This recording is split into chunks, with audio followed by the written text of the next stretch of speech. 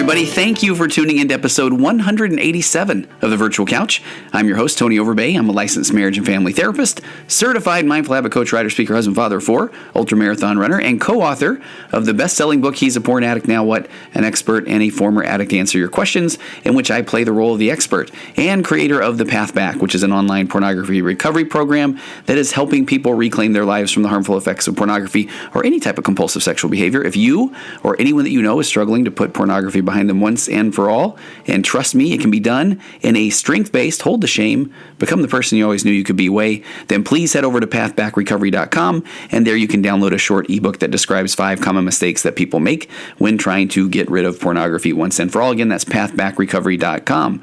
And please stop by Virtual Couch. It's just at Virtual Couch on Instagram.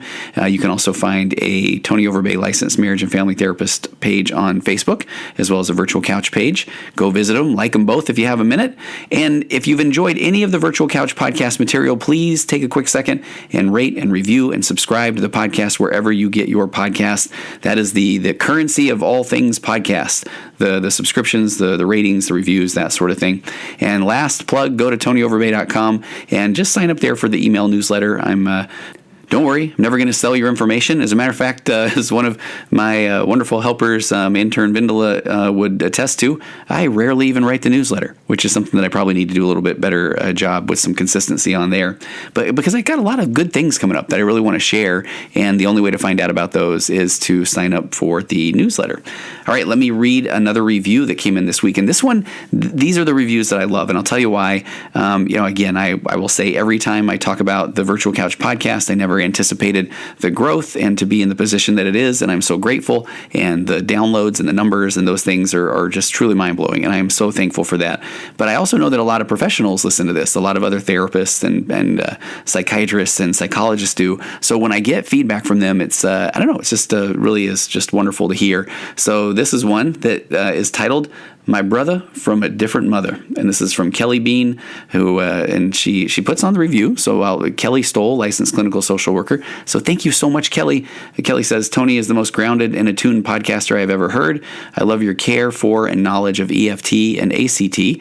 Those are my 2 modalities before even finding his podcast. So it feels like I'm at home when I spend some time with Tony and the Virtual Couch." Seriously, Kelly, thank you so much, because as a licensed clinical social worker, I know that you're in the helping profession, and the Virtual Couch podcast truly is something that I just want to be able to help people.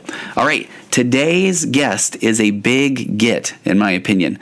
I was first made aware of Ginger Hahn by a good friend of mine who told me about some classes that she was taking at Ginger's Chocolate Boutique to raise her emotional baseline, which is absolutely what I think is what we all need to do. Find the things that raise your emotional baseline, put you in a better spot to just deal with life. So I did a little bit of additional digging, and actually she brought me some chocolates and chocolate chip cookies from Ginger's Boutique at one point, and I was sold.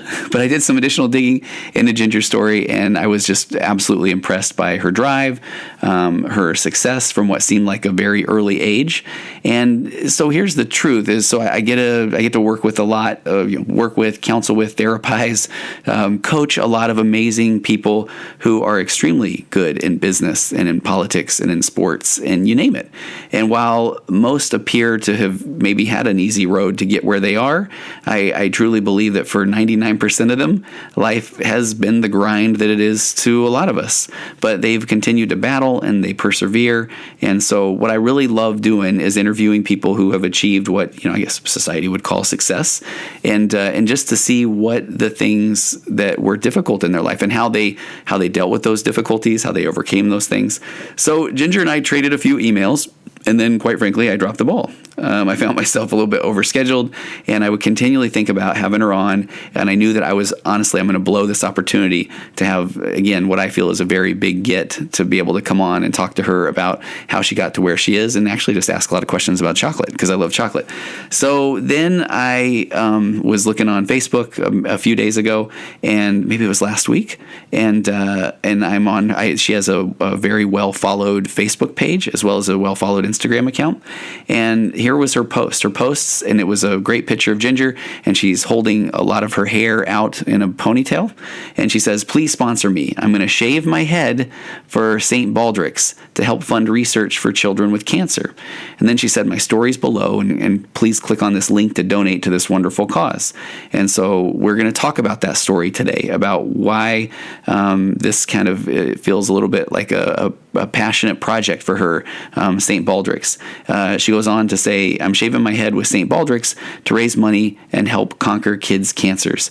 Every 2 minutes, a child is diagnosed with cancer worldwide, and 1 in 5 of those in the U.S. will not survive. And she says, I refuse to accept this reality. I mean, I love that. She said, so I've decided to fundraise for life-saving research to find cures and better treatment for kids. So she says, now I need your support. Your donation can fund research to help kids survive and thrive. Join me today. And so I'll have the link to donate. That'll be in the show notes for this episode. And Ginger also shares information in the interview on how to donate. But here's what I didn't expect, honestly. She was incredible. And not that I didn't expect that she would be incredible, but let me explain. In an Instagram story that she and I did immediately after the interview, which I wish I would have filmed the filming of the Instagram story, because I basically looked like an old man saying, Ginger, can you help me with this phone of mine and this Instagram the kids are all on? And she was very gracious, and she did actually help me with that. But in this Instagram story, I jokingly said that she was all of the good therapist words, that she was authentic and vulnerable and raw. But let me tell you, she really, honestly, she really was. She told me before the mics were live that she was happy to talk about anything, her struggles with postpartum depression, anxiety, how she dealt with roadblocks and failure, and she talked about it all. And those were things I did not anticipate going in. I wanted to hear about the roadblocks and the failures, but I'm so grateful that she opened up about postpartum depression. She got real. Postpartum depression, as a therapist, I deal with this often with people, and it is real. And I know from the demographics of the Virtual Couch podcast that there are literally thousands and thousands of women who listen to each episode. So please know that you're not alone, and that feelings of postpartum depression won't always just leave on their own. As a matter of fact, it's probably not a bad idea to just go ahead and anticipate that they won't just leave on their own, and seek help. Seek help sooner than later. I would strongly encourage you to seek help. And Ginger truly does an amazing job of talking about how real it can be. And honest to goodness, she shares about what it looks like, what it looked like for her. And that is the part where I just could have listened to her talk about that all day, and what she did to fight it. Plus, you're going to hear her thoughts on all things chocolate, including if somebody who owns chocolate shops in San Francisco and Sacramento ever just goes all in on a sleeve of Girl Scout Thin Mints. So, well, really quick too, she came during the day. During the day, I run a private practice, and I'm in a building where there's white noise. And so I often interview people either before or after kind of quote business hours, and I can turn the white noise machine off. So you're going to hear kind of a little bit of a background. You'll probably hear a little bit of a white noise. Hopefully it's nice and soothing, as it is to my clients. But one last thing, I even hesitate to say this, Ginger. I absolutely loved having you here. You drove to my office, which you didn't have to. I was willing to come down to your place in Sacramento. But just please tell me that you forgot your box of chocolates and chocolate chip cookies in your car that you were going to give me when you got here. And then we got so caught up in the interview that you then forgot to give them to me after you left, or before you left. And if not, you now have my address. Just kidding. Kind of. All right, let me get to my interview with Ginger Hahn, founder, creator, and chocolatier of Ginger Elizabeth Chocolates. Pay no attention to the camera, right? Okay, this is the part though where I did notice on another podcast that I did with it that didn't, I got to suck in my gut a little bit right here. Yeah, let's see how to. You look great. Okay, let me ask you, as somebody who works in the with the pastry. Well, first of all, how do you kind of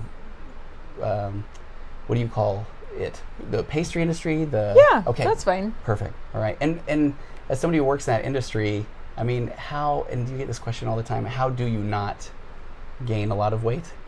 Well, I feel I got some good genes. Okay. First of all, I don't sit down to meals of dessert. I do, I taste, and I do everything in moderation. Yeah. And I think that's probably, and I try to exercise. I never really sit down. Okay. And is that always, were you always somebody that loved sweets? Yeah. Were you? Yeah. Okay. Mm-hmm. So so let's kind of go a little bit in your background, if that's okay. Mm-hmm. Take me to, and I was reading on your bio, you're from a family of home bakers? Yeah, my mom and my grandmother were really big. Well, my grandmother did a lot of breads and and jams, and actually more like canned items, canned fruits. And then my mom did a lot of jams, and then just a lot of quick breads, muffins, things like that. So I kind of learned both, two different skills from two different people. So no brownies or those kind of things? Oh yeah, that was more my, both. Yeah, brownies. I mean, cakes, all the things. So were you one who then you started making things early? Were you a baking protege? Yeah, I started baking very early. Did you? Yeah, so making oatmeal, sitting by the oatmeal, stirring it when I was 5, and I remember, great story, I remember when I was 6, and this is how I know I've been cooking for a long time, but when I was 6, I was whipping whipped cream with the hand, the electric hand whisk. Yeah. And my sister, I always had very long hair, so my hair was down my back, and I had it down, and my sister came behind me and kind of nudged me, and she said, "Is it ready yet?" And I kind of looked back at her, and my hair got caught in the beaters, and it ripped out a big chunk of my hair. Literally? Yeah, it did. And so my mom just switched my part to cover it up so no one would know at school. But that's one of the kitchen stories I can tell, that I'm like, oh yeah, I've been loving this since I was very little. That could have been a defining moment where you either gave up the beaters forever, or you just flipped the part. I feel like there's a life lesson there. Yeah. Flip the part and keep going. Yeah. Okay. Flip the part. I like that. Flip the part. Okay, you can have that one. And carry on. And carry on. Flip the part and carry on. I know, I love it. And I have to, when I was reading your background as well, at first I was like, oh my gosh, you were baking for the CIA. But it wasn't the Central Intelligence Agency. No, Culinary Institute of America in Hyde Park, New York. And so, all right. And so before that, you and I love you're a California girl. Yeah, right. Absolutely. In the heart of Apple Hill. So, tell me about. Did you ever get tired of Apple Hill, or were you just all things apples all the time as far as baking went? Oh, all things Apple all the time. We never got tired of Apple Hill. Okay. And Apple Hill is, this little town up in the foothills. So it's I don't know, about an hour away from Tahoe, something like that. But there's like 70 different apple farms. Wow. And I got sick of the traffic during the fall. Yeah, because it was kind of a touristy area. But I started working at one of the apple farms because we could get our permits, our work permits when we were 14. So I started serving apple pie and coffee when I was 14. Did you really? I did. Okay. That at Apple Hill was the first place I ever saw somebody lay a piece of cheese on apple pie. Mm-hmm. What is your thought? Not my thing. Okay, thank you. But right, when you are eating a green apple and a piece of cheddar and you put them in your mouth together, it is quite lovely. Okay. So it is something that, all right, it does work. Yeah. It's just not my favorite thing. Okay. No, I love it. What's your favorite apple-related dish? Because I do love apples. Absolutely, like the perfect apple pie with a cider sauce over it and a la mode. Okay, I love it. Mm-hmm. So then from there, and I'm kind of curious, a lot of times when I ask people, especially teenagers, what do you want to do when you grow up? I mean, I feel like the majority don't quite know. Mm-hmm. It's that rarity that says, I want to be a fireman or that sort of thing. Mm-hmm. When did you feel like you really knew that this was what you wanted to be your career? Probably 13. Okay, why 13? I just started doing projects at school that were related to opening restaurants, and then you get into high school and start doing entrepreneur projects. And my senior thesis was on a cookbook. And what would you remember? What was the cookbook? It's called Foods of the British Isles. I don't know. It was a cookbook my mom got me, and my mom and dad got me for Christmas, and I didn't have it.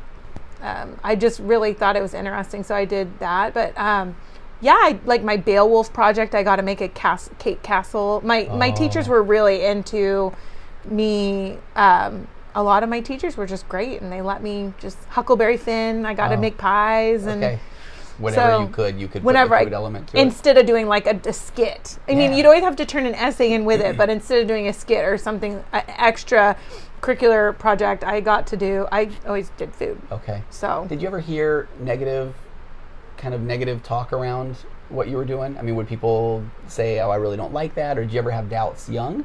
Or when you were young, did you just feel like this is what I enjoy doing? Oh, I have many more doubts now after having children and getting the crud beat out of me mentally. Yeah. I eat a piece of humble pie every day. So when you're young, you're like, I can do anything I want. There was no boundaries for me. I was I had so much confidence when I was younger. Okay. And then how does that transfer into then, so all right, in high school you attended a week-long summer program that's at the Culinary Institute of America. 16, yeah. So how did you get that? Was that like a summer camp, or did you have to try out for that? No, it was a summer camp. Okay. You just had to pay for it, sign up for it. But my mom and dad really, I started studying pastry and cookbooks and Gourmet magazine and all these Bon Appetit, and I just started really getting into this. So they decided to send me when I was 16. Yeah. So I don't know if, and I think this will be fun for listeners to hear, that if they have kids that are passionate about cooking, that there are things like cooking camps. I mean, is that a pretty regular thing, or is that hard to find? I don't know if they even have it anymore. I think it's kind of hard to find, but I think it's, but education in the pastry field is much more readily available at people's fingertips now. I mean, there's a lot more classes. I mean, there's Sir Latab and William Sonoma who do classes. I mean, there was nothing, when I was young. I felt like there was nothing, but luckily the CIA had this camp for high schoolers. Yeah. Was it pretty heavily attended, or? Yeah. Okay. I mean, there was like 12. 12. They keep the classes small, so it was like 12 of us. So then, and how did that lead to? That was what then took you to Hyde Park? Yes. Okay. Talk about that. Well, Hyde Park, I always knew it's a much more expensive school. It is. I still think the best in the world to go to. That's just my personal point of view. Okay. But at the time, it was. It was expensive, so I was like, well, I want to learn how to cook first. So then I went to a junior college, and I went through a really, really strict culinary program for 2 years, and then just with the goal in mind that I was always going to go study pastry, but I wanted to really get a good foundation. And then I went to Hyde Park when I was 19 and started studying pastry. Is it like medical school where you learn every kind of discipline and then you specialize? I mean, when you were saying I wanted a real foundation, was that in all things cooking, and then you specialize in pastry, or do you go into pastries pretty right from the start? Well, you can do either. I decided to get a good foundation, like hotel restaurant management. I did receiving. I did the money. You deal with the money side. You deal with mopping cafeterias. You deal with doing dishes for hundreds of people. Really? And this is. I think most people should probably go through that before they get into the industry to understand, like, it's hard. Yeah. It's really hard So work. do you find that you have more, do you think, empathy for the people kind of behind the scenes because you've done a lot of those things? Yeah, absolutely. But I know that I did them, and I know how to do them, and if someone quits or this or that and the other, I can hop right in and do those things, you know. That's okay. And then, all right, an externship, and I don't want to butcher the name, right, of the newly opened, is it Jacques Torres? Yeah, Jacques Torres Chocolates, a chocolate shop in New York sounds amazing. Yeah, what was that like? It was in Brooklyn.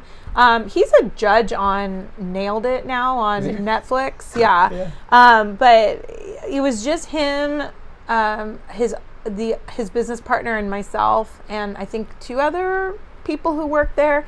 And it was just opened, and I got he's an MOF, which means he specializes in chocolate, and it's a French award basically.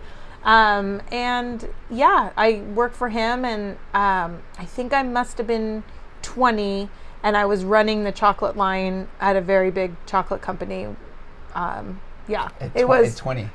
Yeah, when I was, I would, I lived in Chinatown, and then I just would take the train to Brooklyn every morning. I mean, that sounds so, mature. Was that difficult, or were you just living the dream at that point? I didn't even think about it. I just remember living up in Hyde Park and then coming down to Jacques and just knocking on the door about 3 times, and finally, I had another chef make a phone call for me, and then my resume got to the top, and then I got hired. Okay.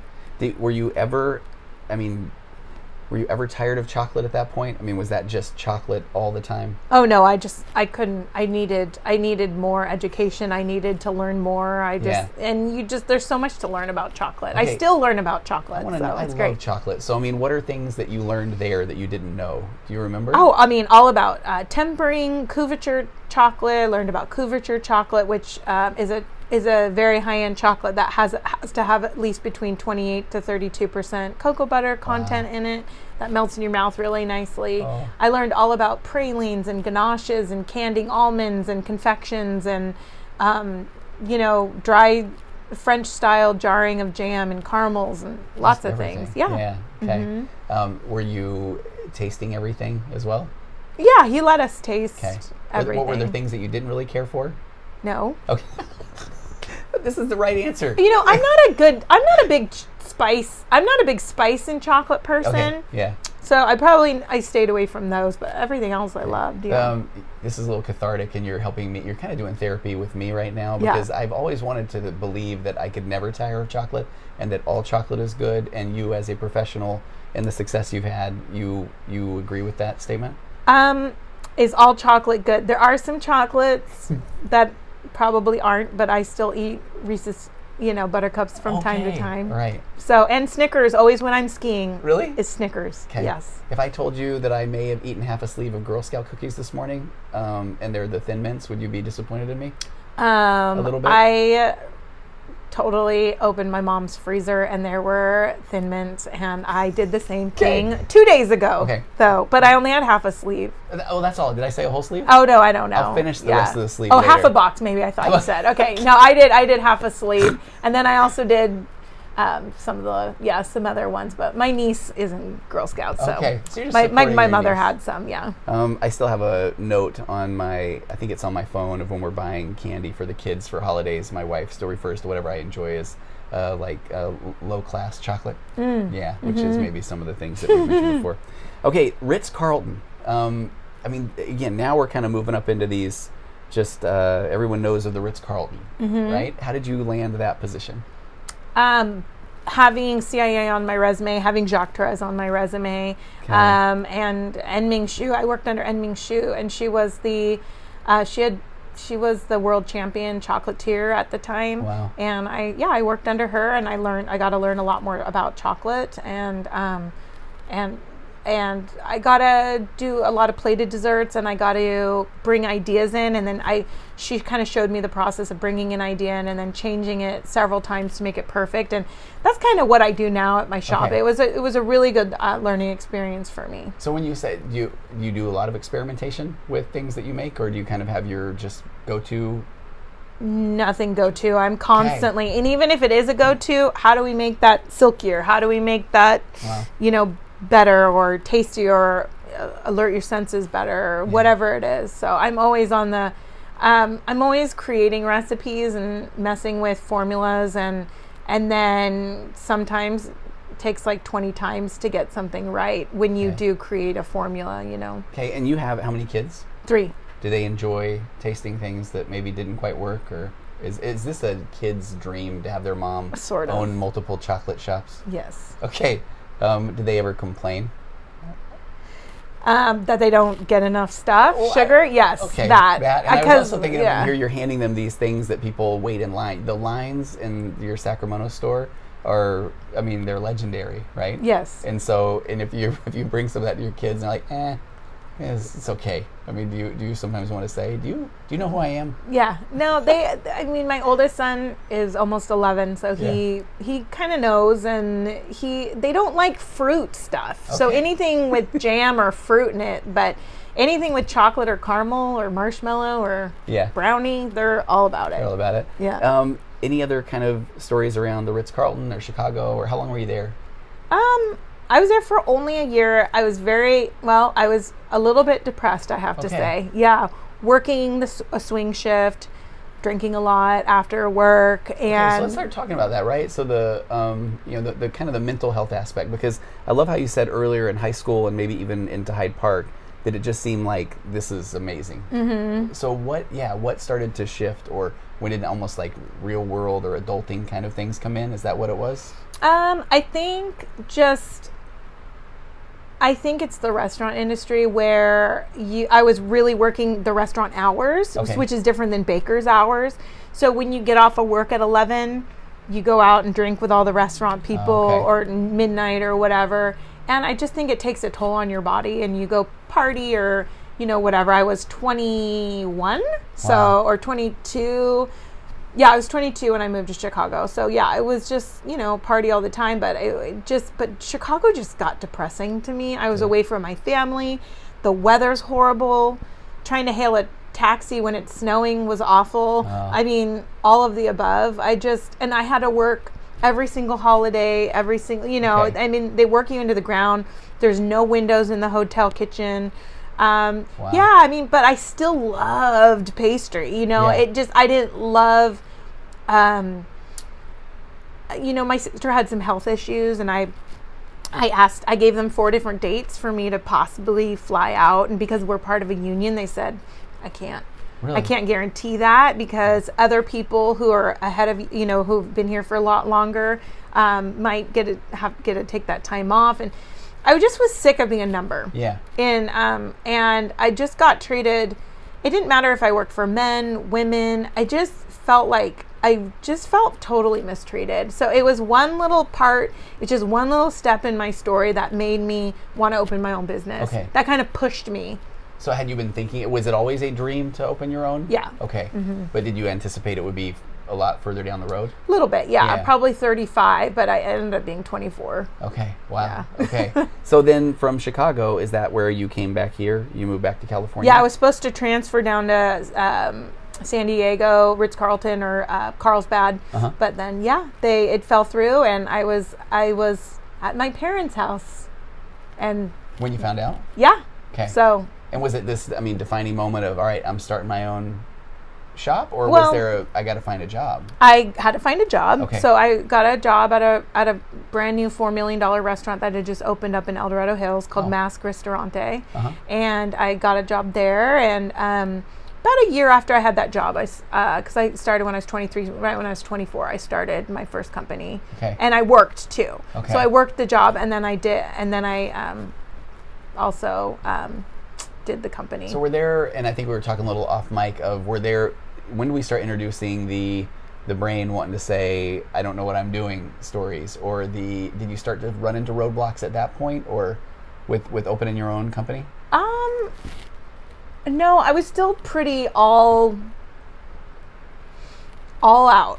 Okay. I still didn't have a lot of life to have pushed me down yet, knocked me down. I had some I think one thing, I was retailing or wholesaling my bonbons, and I didn't formulate one of them correctly, and so mold started growing. This is the only time this ever happened, but I didn't formulate it properly. And I remember one of my friends went to go support me and bought some at a grocery store, and she's like, oh my gosh. And they were at grocery stores. But they were expired. Oh. And so that wasn't totally my fault. But my mom, I got on the phone with my mom. I was crying, and I thought my career was over. Wow. Because that was just like for a, I guess, type A kind of person. You're just like, oh, everyone probably knows I just sold a moldy chocolate, but no, that was, and then I got on the phone with my mom, and she was in construction, and my mom and dad my dad had a construction company, and my mom obviously helped, did it with him, lived it with him. How about that? And she told me some stories, and she's like, everything's going to be fine. Okay. So then, did you find a location right out of the gate? Did you? No, for 2 years, I worked out of Patrick. I worked out of Patrick Mulvaney had a catering company. It's now a Mulvaney's B&L restaurant, and so I rented from him for a year before he was a restaurant, and then I rented from a coffee shop called Old Soul for a year, and then we got our own retail spot. Okay. And was the demand such that was a pretty easy transition? Or was that scary to go out and get your own spot? It was very scary. I didn't know what an HVAC was. I had never heard that term. I didn't know what TIs were, which are tenant improvements, if the listeners don't know. But TIs and I felt like we got a bank loan, and I felt like I was signing my life away. And it was very hard to get a bank loan for a food company. What was that process like? Your young food company? I had to, it was old school. I had to go into the bank with the chocolates, tell them my story, show them all the press I had gotten for it, and tell them I had a wholesale company for 2 years, do the numbers. Okay. And we're not, I showed a decent profit, but we're not talking very much. So it was Bank of Sacramento at the time. They're not around anymore, but they really believed in me. They were a small bank at the time, and it was August 2007 I signed my name on that line, and then in January 2008 we opened, which was the same month that the recession started. And did you feel that?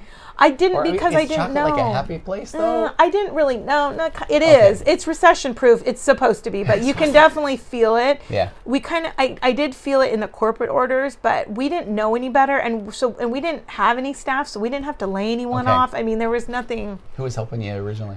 My mom, and then my husband would work on the weekends because he kept his day job, and then I had one assistant. Okay. Yeah.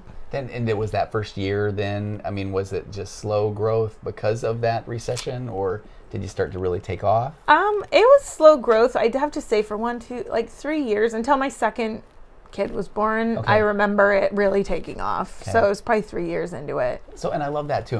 I think a lot of people do assume that, well, you must have just opened up and overnight you're a success. But now we've got years, and we've got maybe not the greatest experiences in Chicago or those sort of things that led you to this overnight success years later, right? Yeah, exactly. So having kids during this time, I imagine you're working a lot. What was that like? Well, I look back at it, and it was really hard. My first kid I had, I remember having, Easter was happening when I was in the hospital with him. And I remember just going back to work right away. I just thought it would be okay if I just brought him in his little carrier, and I'd go into work, and it was fine. And then I'd take a second, and I'd go in the room. There's an oven and a chair. And I'd go and I'd breastfeed him. And everything was okay, but ends up it wasn't. 6 weeks into it, he was underweight because I wasn't. I must have been I was spinning. I didn't have enough employees for me to be gone, but at the same time, I needed to get Mother's Day out or this out and that out, and so but then I ended up stopping work for about 2 weeks, and we lived above the shop. Okay. And I just breastfed him probably every other hour for 2 weeks, but it was exhausting. And I had postpartum depression with 2 of my kids, and it was really hard. During that first time that's what it was, or? Well, we have mental health in problems in our family, so I kind of knew. You have these really weird thoughts or feelings, and then if they didn't go away after a certain time, you just start to get worried. But they kind of always went away from me, and then they came back. But I was a bit of a wreck, I'd say, with my first one. Okay. Yeah. Were you? And was it ironic because the success of the company? Is that one of those where people from the outside say, "Hey, this is great. You've got a baby. Your company's doing well." Yeah, look at you go. Exactly, right? Were you hearing some of that? Yeah. Okay. I think I heard that a lot, but I just I don't know. I think I was still manic or something, and it's just you just keep going and fighting and pushing, and it's just you're obsessed with pastry, and you have this I don't know. I was better off with him than I was with my third kid. Okay. Second kid. Well, how did you get first, or did you seek help therapy wise, or did you just were you talking about it with your husband, or was it just you kind of ground your way through? I kind of ground my way through on that one. I was really even though people in my family had been medicated, I had been medicated prior after 9/11 when I moved to New York, but. I was like, no, I can get through this. This is just hormones. It's just hormones. And I ended up getting through it. I did get through it. I did exercise a lot, which is still helpful for me. Yeah. Still today. I don't know. I don't remember a whole lot of it. And then how far are your kids apart? 2 years. So Connor and Charles are 2 years apart, and then the Charles and Cosette are 3 years apart. Okay. So I love the name Cosette, by the way. Thank you. We call her Coco. Do you? Yes. Oh, okay. That's perfect. Yes. So is your second one Charles? Yes. Okay. So then did you kind of anticipate what could possibly happen with postpartum when Charles came in? Yeah. So okay. I ended up I was much better with him. I had a better delivery. Okay. Much less tired. My epidural actually worked.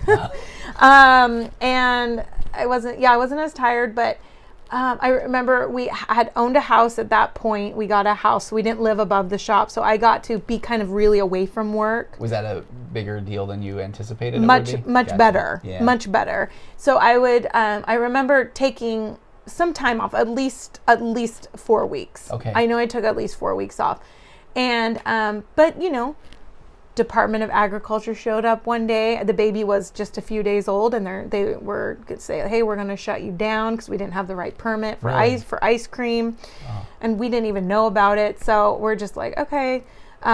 So that was something we just dealt with. But there's always something, I just couldn't enjoy. Yeah. I felt like enjoyed, this time, but I did. Yeah. I got there. But I remember I still had to go back and ice cupcakes for Mother's Day. And I remember I couldn't be away from the baby at all. So my husband parked the van right in front of the shop, and I walked in the shop. I frosted 2,000 cupcakes. Wow. And I remember knowing that the baby was just right there. Wow. And then I could barely stand because he was born early May. Wow. So then you have Mother's Day. So I could barely walk. Yeah. And so I frosted 2,000 cupcakes, and I remember waddling my way back to the van.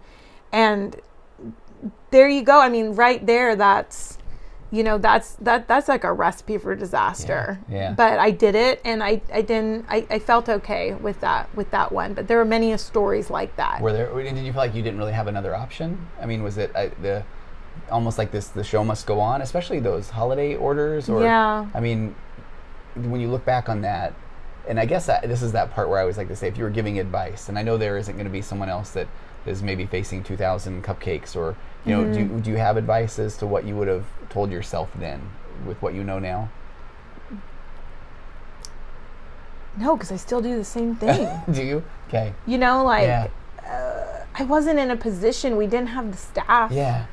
Because we always worried about money and how we wanted to be careful with the books, and so I don't know. Maybe just. I should maybe trusting your employees a little bit better, giving them a little more autonomy, which we do way more now. Yeah. Because that's hard though. I mean, as kind of own my own business as well, and or when I work with entrepreneurs, I feel like that is the thing that is in an entrepreneur's DNA, is that I can do this. Yeah. Right. Yeah, I wasn't great at delegating. Okay. Yeah. And I'm still not. I mean, I'm better, but I think I don't want to call it a crazy, but there is a type of mania or there was, or still is in me, in something, because it's like, did I really need to do that? I don't know. Yeah. That's a good question. Okay. and so then when you had Coco, how was that? Coco was brutal. I want to say I had depression postpartum for a good 3 years. I couldn't break it. I don't know if there's any women out here listening who may have had this, but like, even when I would put her in the bathtub, I was worried that I was just gonna let her go. Yeah. I mean, it sounds horrible, and I appreciate you sharing this, because this is the stuff I hear in therapy, and 70% of my listeners are women, and I feel like this is. I'm grateful that you're talking about this. Yeah. Yeah. So I mean, what was that like at the time? It's horrible. I mean, all I could do was like put her skin to skin on me, and I don't know. I was trying to get help, and people weren't listening to me. Okay. I'm like, hey, you know, and they're just like, oh, what's that common drug that they give people? Like, yeah. Well, none, you know, my family history is that we don't react well to it. Okay. And I told the person, you know, that they're like, no, you're just taking the wrong dosage. Oh. So I get on Prozac and I'm like, I thought it was making it worse. Oh my gosh. Yeah. Like, thought the world was ending. It was horrible. But I mean, this was all when she was a baby, but backstory is had Coco. Yeah. And then Coco had she had an intestinal blockage. Okay. So 6 days into it, we have to go to the hospital, and she had to have an intestinal bypass when she was 6 days old. And you know, you just give birth, and then we were there for 14 days. Right when I get out of the hospital, 2 of my supervisors quit. My manager's on maternity leave and is having a longer maternity leave because she had complications. Okay. And obviously my husband's trying to hold down anything that he can. Yeah. We've got 2 kids and, you know, everything. So I go back to work a week after we get out of the hospital. My baby still has not her stitches, but her glued, you know, stomach where they cut her. Yeah. And we got a brand new ice cream machine, so I had to train on the ice cream machine. And of course, Mother's Day and Easter was happening again because I had all my kids in the springtime. And then we had Cupcake Day, so I'm literally bringing this baby in at 2:30 in the morning to my warehouse. I have her in her little crate, and I'm like, wow, just things never change, you know. Yeah. And I'm baking off cupcakes or, you know, something, and I had to hire a manager and I had to hire staff, and so I was, you know, trying to do that, and I was having interviews while she was on my boob. Wow.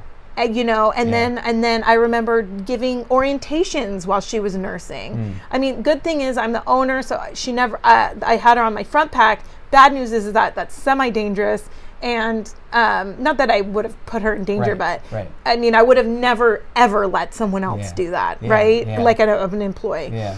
And so she was on my front pack while I was tempering chocolate and doing everything until she got too big. Then we had a nanny, which I also had huge mental problems, like having a nanny, you know. But anyways, I finally got to therapy. I had a great therapist, but and I thought my hormones were out of whack. So I went to a holistic doctor, and it just went on and on and on. And I was trying to get help, and I just wasn't getting the right help until I guess it came to me like 2.5 years later, 3 years later. Okay. So and I love that. I mean, you were trying to do anything you can, and I love how you said that you were asking for help, but people weren't hearing. Yeah. Yeah. I mean, so do you kind of look at that different now when you do hear people that are maybe expressing themselves in certain ways? I mean, do you feel like you're kind of listening a little more for what somebody's trying to say? You know what? I probably should. Mm-hmm. But I feel like I'm better with the reverse. So I'm much better. Like if you're not listening to me, you're not hearing me, I can't. You know, I'm not doing this right now. It doesn't matter if you're a contractor building stuff, you know, like fixing something for me, or I ask a million questions now. Yeah. And if you don't want to do what, you know, and I guess people call that being a bitch, but I'm like, I wish that wasn't the term. It's like, no, I've had enough. You know what I mean? Like, I don't have time for this. Yeah. You know, so I ask a whole lot of questions, and I think it's opened my eyes to have empathy and to listen to other people. Yeah. No, I love how you I mean, kind of turned that you're exactly right. I feel like as a therapist, you're trying to help people have boundaries, but also respect their own boundaries, and when they do need to be heard. And I feel like it's funny. I feel like the core of a lot of therapy in general is people wanting to be heard. People want to be validated, and then when we aren't, we're going to kind of get that. We're going to be heard some way or another, whether it's anger, whether it's withdrawal, or right. And so, I mean, I will take the person that wants to express themselves over the person that wants everybody to guess. Yeah. Anytime. Yeah. Right. Yeah, and the whole boundary thing. Yeah. I want to say, not good. I'm not good with certain people and boundaries. I'm good with hey, this is what I want, but like boundaries, a different kind of thing. I'm like, I'm just learning how to have boundaries in my life and saying no. And, that's the big one, right? Yeah. That's why I was so grateful that you were willing to come in, because I just felt like I know you're busy and I know you have a lot going on. And I struggle with that as well, of that saying no. Is that getting easier for you now?